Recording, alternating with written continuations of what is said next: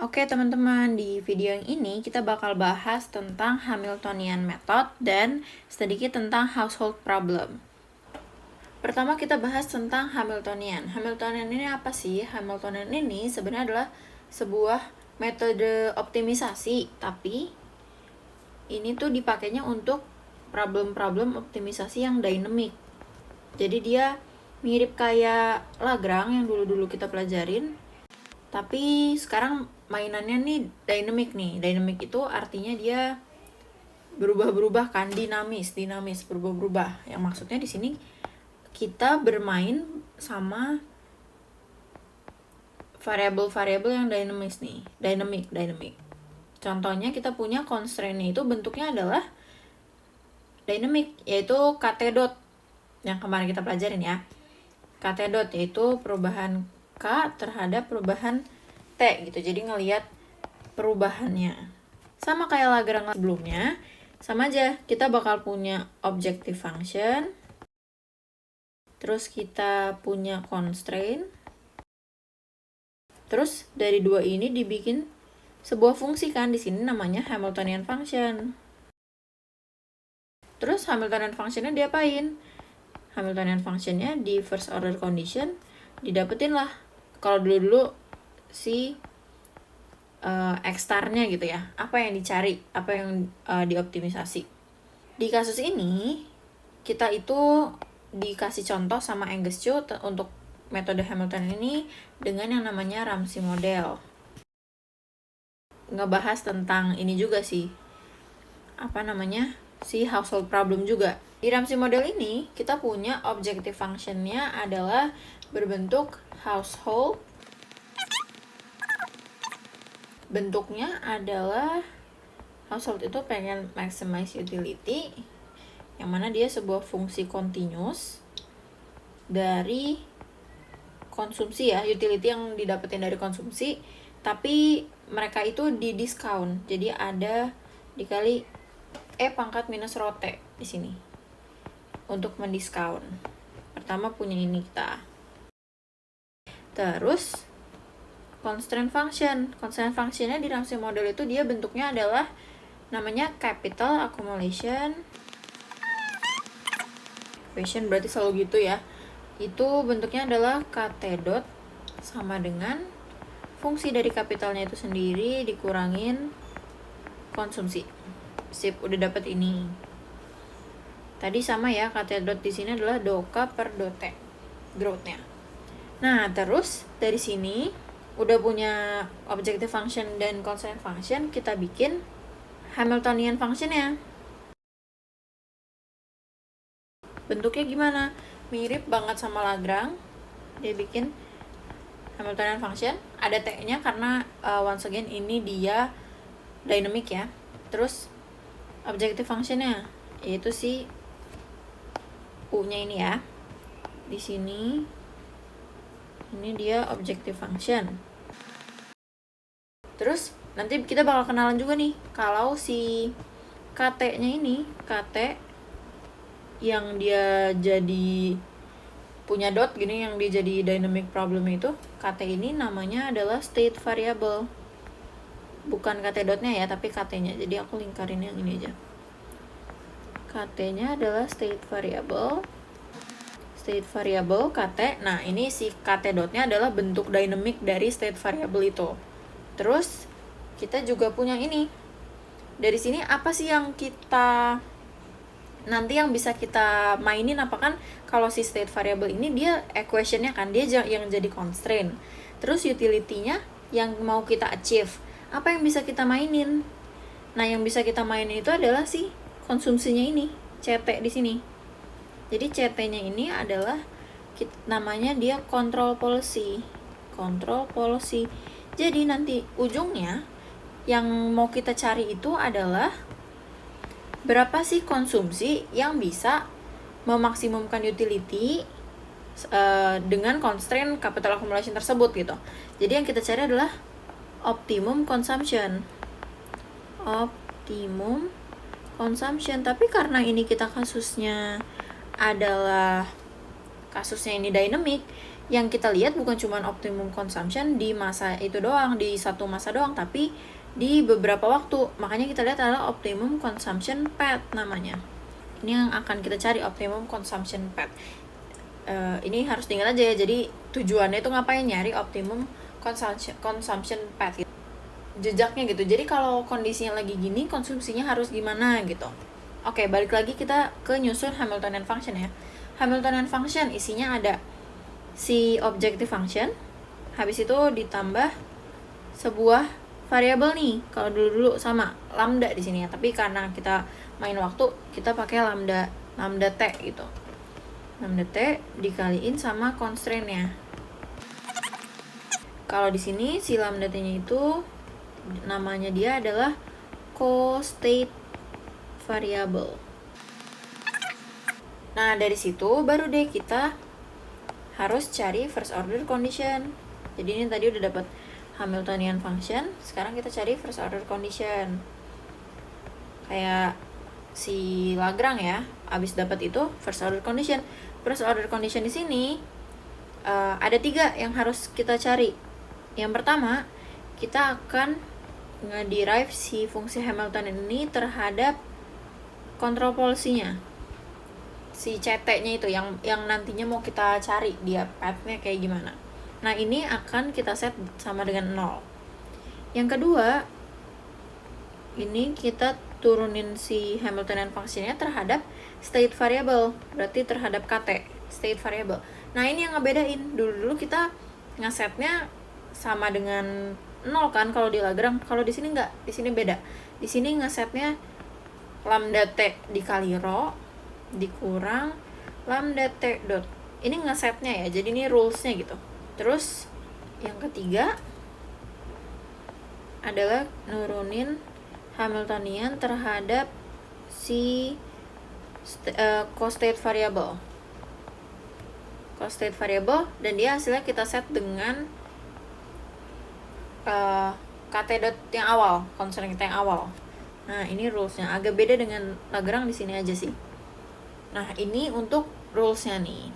Oke, sampai sini ya. Nah, misalnya ini kan masih yang generalnya nih, masih general kan. Misalnya kita punya kasus nih, contoh gitu ya. Kalau si bentuk konsumsinya kan tadi masih fungsi aja nih. Kalau bentuknya dia ln gitu, supaya bisa kita lihat bentuknya ya.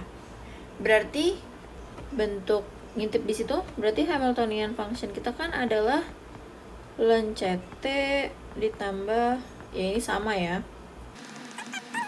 Sekarang berarti FOC-nya jadi gimana? FOC yang pertama kan do HT per do CT. Yang ada do CT-nya yang mana? Ada do CT di sini, ada CT di sini, sama ada CT di sini kan. Berarti turunin sama yang depan sama ln CT, hasilnya apa? Ln diturunin, berarti hasilnya jadi seper ya. Seper CT. Terus yang sebelah sana jadi apa yang diturunin? HT-nya. Berarti jadi minus lambda T kan sisanya. Ini sama ini. Kan dikaliin kan. Nah, tadi ini rules yang pertama di setnya sama apa? Sama dengan 0 di setnya. Artinya dari situ kita dapat dong kalau ini berarti sama aja kalau seper CT itu sama dengan lambda T. Kalau seper CT sama dengan lambda T, sama aja dong kalau kita bentuknya kita ubah nih, kita lenin dua-duanya. Berarti ln CT, karena dia di bawah berarti ada minus ya. Minus ln CT sama dengan ln lambda T.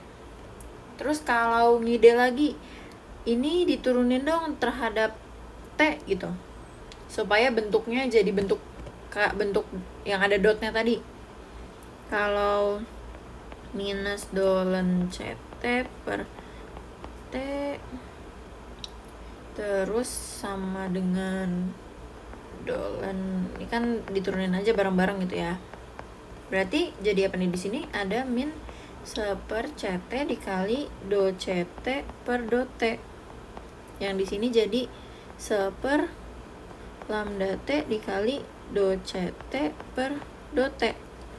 Itu kan? Nah, yang ini do CT per do T, inilah yang jadi CT dot. Terus yang ini typo.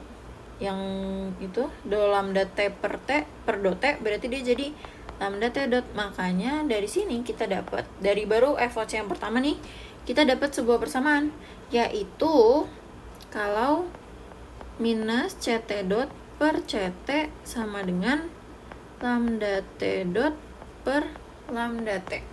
Dah, simpan aja dulu sampai sini ya. Udah dapat dari FOC yang pertama.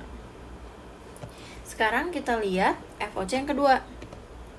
FOC yang kedua minta apa? FOC kedua minta do HT-nya itu diturunin terhadap KT.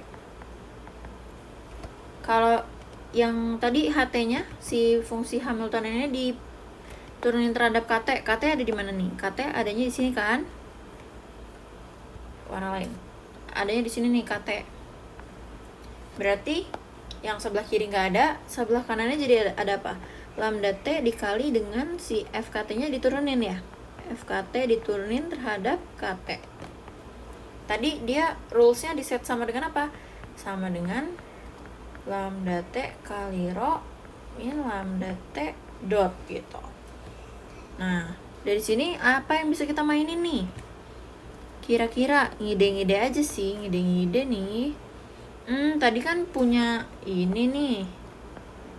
Gimana kalau kita bentuk aja jadi dia? Ingat tadi kita tujuannya ngapain nih? Tujuan kita Hamiltonian, kita pengen cari consumption path gitu kan. Path itu tadi maksudnya dia secara dynamic si konsumsinya harus kayak gimana? Secara dynamic berarti kayaknya ada main-main sama CT dot gitu. Dynamic kan? Dynamic nih. Nah, berarti kita harus mikir nih gimana dari FOC yang kita punya ada CT di situ. Oh, tadi kita udah dapat si yang pertama ini. Berarti ngide deh, kita coba aja gitu ya. Gimana kalau si lambda T yang di sebelah kiri sini dipindah dulu ke sana? Berarti kan artinya kita bagi gitu ya. Kita bagi lambda T semuanya, berarti jadinya ada si do FKT ini dibagi do FKT per do KT, yang sebelah kanannya jadi ada rho dikurang lambda T dot per lambda T gitu. Nah, berarti udah mirip nih. Di sini ada lambda T dot per lambda T, di sini kita juga punya. Artinya kita bisa mindahin nih. Substitusi. Di substitusi berarti kita punya apa? Do FKT per do KT. Yang ininya sama, terus itu diganti jadi minus CT dot per CT. Berarti kita punya plus CT dot per CT. Udah mulai nemu apa yang kita cari, si consumption path?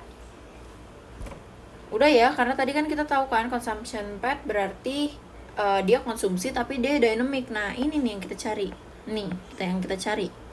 Ya udah, kita cari aja. Berarti kalau kita tanya, sekarang tanya nih, CT dot per CT itu apa? Ya udah, dia do FKT per do KT dikurang rho. Itu. Dah, ini kita dapat deh hasilnya. Ini yang kotak udah dikotakin terakhir ini, itu kita sebut dia namanya optimum consumption path atau optimum path for consumption.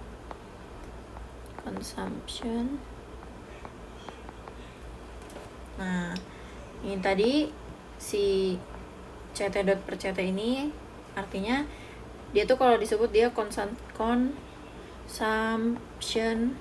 growth, karena dia perubahan dibagi dengan kondisinya gitu ya. Terus yang sebelah sininya, nah ini kalau dinamain tuh namanya adalah marginal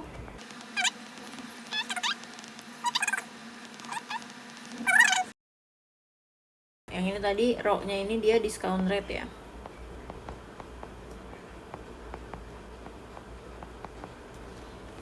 Gitu. Jadi kita udah dapet deh di sini.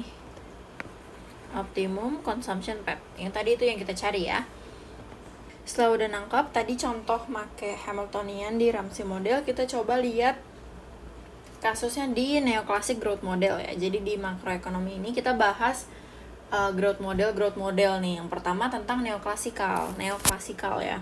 Nah, kalau dia ini, neoklasikal ini approach-nya dia ngebahas dari dua sisi. Dari household behavior dan dari firms behavior. Kayak kita dulu belajar di micro gitu ya. Jadi dia approach-nya adalah start from micro foundation gitu. Nah, sekarang kita bahas yang household-nya dulu nih. Di yang video ini kita bahas yang household-nya dulu. Kita sekarang lihat tentang household ya. Household tuh ngapain sih household? Kegiatan yang dia lakukan apa sih? Kegiatan yang dia lakukan. Yang jelas pertama, seperti yang kita tahu, dia pasti sebagai konsumen kan. Consume to get utility. Bener nggak? Ini kayak dulu kan kita tahu. Ya dia sebagai consumer gitu. Dia mengkonsumsi untuk mencapai utility, untuk mendapatkan utility. Nah, di neoclassical growth model yang kita terima itu utility ini. Sekarang itu nggak lagi bahas utility doang, tapi household itu pedulinya sama lifetime utility. Artinya dia nggak cuman ngelihat utility di satu U-nya itu nggak cuman U1 gitu, nggak cuma di satu waktu doang, tapi sekarang dia ngejumlahin semuanya karena dia peduli sama utility dia sepanjang dia hidup. Berarti ibaratnya dia kayak ngejumlah semuanya kan, tambah U1 tambah U2 tambah bla bla bla gitu. Nah, sampai UT gitu kan, sampai dia selesai hidupnya. Tapi kalau kayak gini doang kayaknya kan nggak logis ya. Masa utility dia di masa depan dianggap sama aja kayak kita belajar tentang uang gitu. Lebih make sense untuk mendiskon karena yang di depan pasti rasanya beda sama yang sekarang dirasain. Jadi ini di diskon nih, dibagi dengan discount factor. Akhirnya dapat di diskon lifetime utility dan dia di. Nah, terus supaya lebih gampang lagi mikirinnya, ya udahlah dibanding ngelihat discrete kayak gini, ini kan discrete ya. Maksud discrete tuh ditambah-tambah doang kan, nggak ngelihat tambahan yang kecil banget tuh nggak dilihat. Nah, supaya gampang dibikinlah jadi continuous deh, biar gampang aja sih continuous. Berarti artinya sekarang bentuknya si utility itu adalah jadi integral gini. Terus si T-nya ini dibikin jadi tak tentu. Jadi tak hingga. Si T-nya ini. Karena lifetime tadi ya.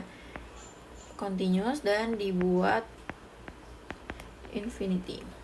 Terus kayak tadi, berarti dia isinya adalah UT si jumlah dari utility dia, dan dia di diskonnya karena udah continuous dikali pangkat minus rote gitu. Nah, terus di neoclassical growth model ini dia bikin kalau si UT-nya ini adalah lencete. Akhirnya kita punya bentuknya itu adalah U, dia continuous di diskon, dan bentuk UT-nya itu adalah lencete. Oke ya. Konsumsi kan ini yang dipengen sama orangnya kan, yang mau dilakukan gitu. UT-nya ini yang jadi objective function. Berarti kalau di neoclassical growth model dia bentuknya lencete, ini yang jadi objective function. Terus tahu si household ini dia selain jadi konsumen, dia konsumsi untuk dapat utility, dia jadi apa sih dia? Dia itu jadi pemilik faktor produksi. Kalau inget di circular flow kita yang dulu-dulu tuh yang masih cuman RTK RTP, household itu kan kerjaannya adalah dia penyumbang faktor produksi kan. Di sini kasusnya dia supplying labor dan juga dia renting capital. Kalau nge-supply labor berarti dia dapat apa nih? berarti dia dapat upah kan, get wage. Kalau dia renting capital dapat apa? Dapat biaya sewanya, berarti dia dapat di sini namanya rent capital. Oke, dia tadi sebagai penyumbang faktor produksi. Berarti kalau kita mikirin konsumsi dari mana? Dari uangnya, dari dia wage dan dia rental tadi kan. Nah, akhirnya dari sini aset accumulation. Kalau di sini kayak gimana berarti? Berarti aset yang dipunya seiring waktu, aset yang dipunya sama household itu adalah berapa capital yang dipunya dikaliin dengan biayanya kan, nilainya, ditambah berapa labor yang dia punya dikaliin dengan harganya, berarti wage, dikurangin sama yang dia pakai buat konsumsi. Nah, inilah jadi capital accumulation equation-nya. Ingat tadi kalau KT dot di sini adalah do KT per do T. Oke ya, berarti kita udah punya dari yang pertama deh. Pertama kita punya lifetime utility. Yang ini kita tahu objective function-nya berarti di sini adalah len CT jadi objective function. Yang jadi constraint-nya adalah si asset accumulation ini. Dimana KT kayak tadi ya, KT nih yang di sini ada bentuk dinamiknya. KT ini jadi state variable dan CT di sini jadi control policy yang kita lihat nanti. Control policy yang dicari apa berarti? Kayak tadi, yang dicari apa? Yang dicari adalah optimum consumption path. Bentuknya apa? Notasinya berarti. Berarti yang dicari adalah CT dot per CT. Sama ya. Growth-nya kayak gimana path-nya. Ini yang dicari. Nah, gimana cara nyarinya berarti? Karena tadi udah belajar, kita pakai aja Hamiltonian. Kita pakai Hamiltonian. Berarti kita lihat bentuk fungsi Hamiltonian ini jadi gimana nih? Objective function dulu. Objective function-nya adalah len CT. Terus ditambah variabelnya tadi, co-state variable, lambda T ya, lambda T. Dikaliin constraint-nya. Constraint-nya apa? Sekarang. Nah, yang ini kan RTKT tambah WT kali L dikurang CT. Sip, udah dapet. Sekarang kita lihat FOC. FOC yang pertama. Yang pertama do HT per do CT. Si kontrolnya dulu, kontrol polisinya. Berarti di sini ada di mana CT? Ada di sini sama ada di sini. Berarti kalau diturunin ini dia adalah seper CT kayak tadi ya. Terus yang satunya lagi jadi minus lambda T. Terus tadi ini di setnya sama dengan apa? Ini di setnya sama dengan 0. Artinya kalau dia sama dengan 0, punya apa di sini kita? Berarti kita punya seper CT sama dengan lambda T. Kalau tadi ingat, ini bisa kita bentuk lagi jadi minus lambda CT sama dengan len lambda T. Terus diturunin kita bakal dapat seper CT kali do CT per do T sama dengan seper lambda. Ini ada minus di depan dikali do lambda T per do T. Dan ini sama aja bentuknya kayak minus CT dot per CT sama dengan lambda T dot per lambda T. Sama kayak tadi ya. Udah dapat satu. Ini yang nanti bakal kita substitusi nih. Dapat dari FOC yang pertama dapat itu. Sekarang lihat FOC kedua. FOC kedua berarti Hamiltoniannya di derive terhadap state variable. Artinya ada di mana KT? Ada di sini ya. Ada di situ berarti kalau diturunin jadi apa nih? Sisanya adalah tinggal lambda T kali RT. Nah, tadi ini di setnya sama dengan apa? Yang beda tadi nih, di setnya sama lambda T rho minus lambda T dot. Itu ngesetnya ya dari sananya. Berarti kalau dimain-mainin, kayak tadi aja, supaya bentuknya mirip sama yang ini, dibagi aja sama sama si lambda T. Berarti kita punya RT sama dengan rho minus lambda T dot per lambda T. Yang ini udah sama, berarti bisa disubstitusi. Berarti kita punya RT sama dengan rho tambah CT dot per CT. Berarti consumption path-nya gimana? Yang optimum CT dot per CT sama dengan RT minus rho. Ini kita udah dapet deh. Di kasus household-nya neoclassical growth model, inilah si optimum